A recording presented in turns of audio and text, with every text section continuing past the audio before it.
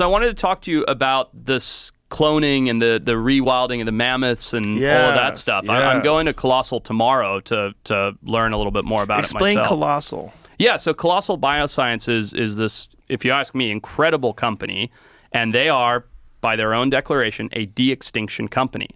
So it's this guy, Ben Lamb, and he's got George Church, who's a world-leading cellular scientist. I don't know the specifics, of de-extinction and cloning and CRISPR and so on and so forth.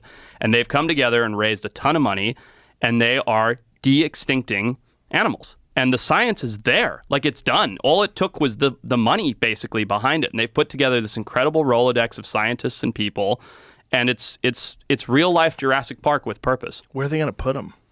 So there's a couple different things going on. So the first one they're working on is the woolly mammoth, right? And this isn't just for fun. This has real, important conservation implications, which is really fascinating.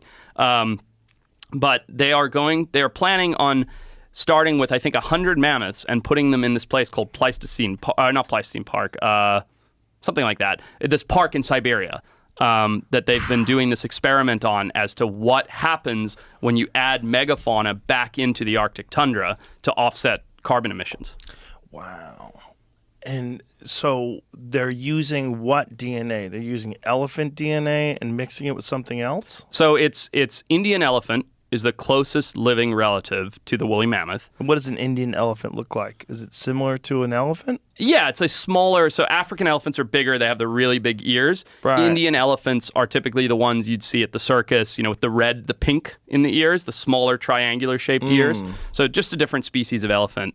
And so they're taking Indian elephants and they're using CRISPR technology and they're using existing mammoth DNA and they're making an embryo and then they're implanting it into the Indian elephant, and 22 months later, an Indian elephant's gestation period, she will give birth to a mammoth. A real mammoth? A real mammoth.